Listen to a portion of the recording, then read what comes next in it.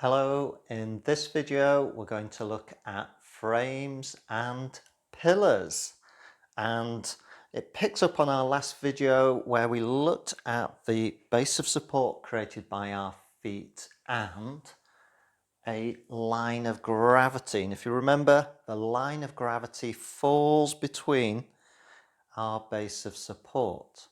So frames and pillars, this particular video's inspired by a question by Ian, so thank you for the question, Ian. It helps us understand how we come to a halt in our various stances and steps. Okay, so let's address three pillars. The first pillar is the spine. So if we imagine a line from the top of the head all the way down, passing straight down to the ground, that's our first pillar.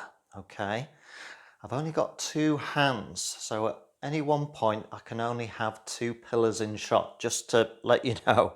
So we start off with this very first pillar, the one in the middle, and we can use the spine as the idea for that first pillar. Okay, second and third pillars are created by our legs.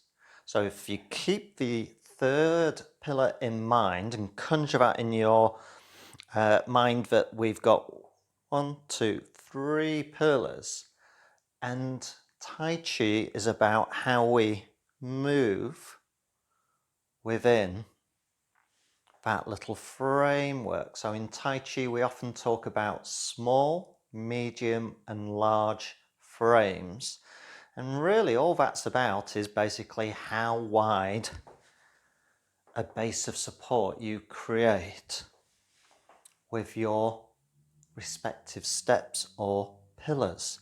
Obviously, if we create a very wide base of support, we've got a very stable base, but conversely, it becomes more difficult to be agile in that base.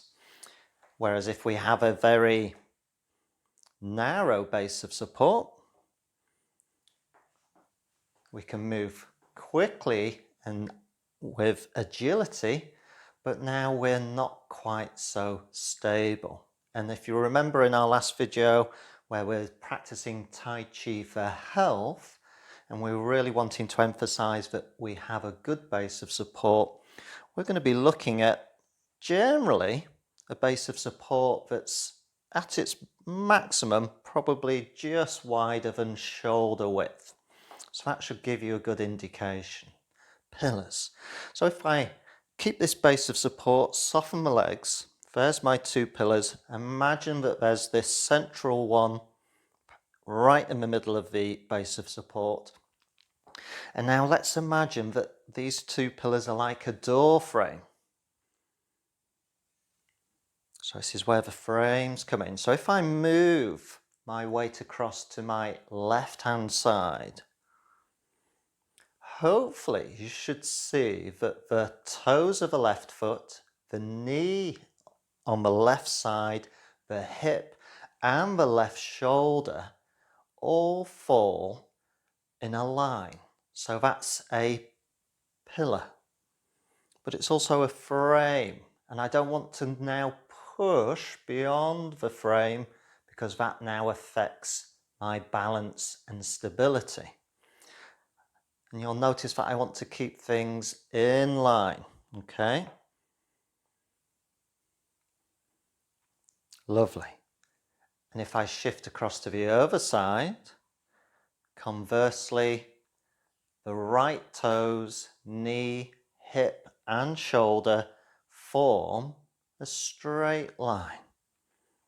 So it falls within that pillar. They all stack. So if you think of a Greek column and one block is stacked on top of the other, we don't want a wobbly stack. So we don't want to have, say, the shoulder leaning out, nor do we want to have a hip hanging out.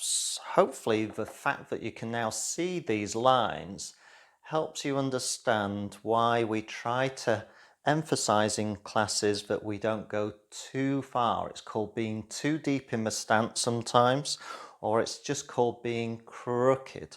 So if we think of door frames, we can think that when I move from side to side, I actually come against a door frame. And that stops me going any further.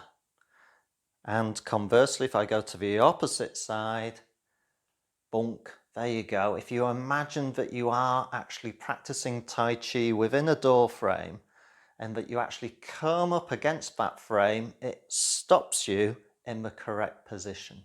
This applies, I'm going to turn 45 degrees, to if we're stepping forwards as well. So if I step forward with my right foot, I'm going to put a frame in place or a pillar. The left foot will stay where it is and that left pillar will be there. I slide the foot forward, and then as I come forward, the foot, knee, hip and shoulder are all in a line. Okay, and again, I've not gone too far. So one of the reasons why we say try to avoid leaning forward, again, you'll notice that the third pillar, i.e. the head and spine, fall within the base of support. If I lean forwards, where's my head now? It's fallen forwards of the front frame or pillar. That's why we encourage you in class to just keep nice and upright. I'm going to do that front on because it shows the alignment. If you can see the two pillars here, and you can see that I've got toes, knee, hip and shoulder in alignment because we're standing hip width apart. I'm going to move that front pillar forwards, but it should still be in a line. Okay, and as I step forwards and drift forward, with any luck, toes, knees, hip and right shoulder are still in a line. So 3 pillars or frames is the structure within which we work. And to just address the final point that Ian asked about, how do we make those transitions? So if I want to go to my left side, i.e. I want to take a step to the left as if I'm doing wave hands, I'll put these sticks down in a moment and show you that step. So right now my weight is falling right between the base of support. In order to get this step initiated to my left, I have to bring my weight across to the right hand side, but not too far. Again, notice that I haven't lent the shoulders outside the frame. So there's the initiating weight shift to the opposite side. That means I can now take a step to the left, get the base of support settled like a foundation, and now I can move across to my left side and everything falls within the frames. All those pillars are upright and we've got a good base of support. And then I can move back and step in. Likewise, I will again turn 45 degrees. If we're stepping forwards, so here I am, I'm going to just move this pillar forward so we have it as a reference. In order to go forwards again, I have to go back a little bit and I have to, rather than lean, what we're going to do is allow that left knee to settle. I take the weight on that left leg. It enables me to do my step, but if you notice, I'm still within that frame created by the left pillar, and now I can come forwards. And there's that forward stance, or bow stance as it's traditionally called. And then I can draw back. Notice that I don't lean back. I stay within the framework and step back. So I'm going to put these to one side and just do a little wave hand sequence, one step to the left and then back again. And in your mind's eye, picture those frames and pillars as a reference, okay? So I'm going to start off with my hands in this position to get us started. Don't worry about this as an actual sequence. We're looking at the weight shift and the step and the frameworks, but now you're going to have to imagine them. So I'm turning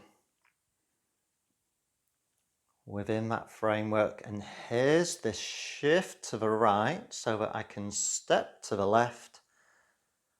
Now if I've done this really good, then the hands are also on that same line created by the frame or pillar on the right side. So toes, knees, hips, hands and shoulder all fall in a line.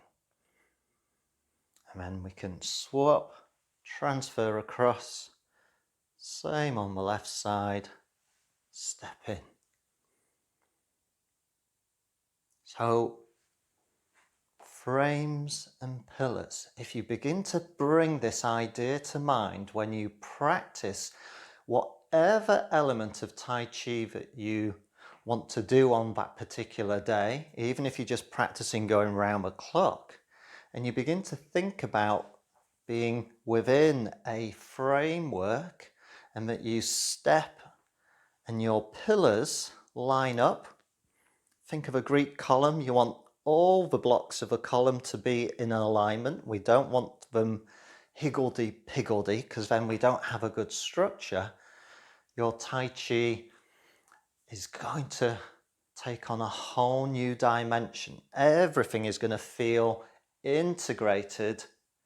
We do in single whip, and that's very much the purpose of Tai Chi as an exercise, is to develop this skill of bodily integration.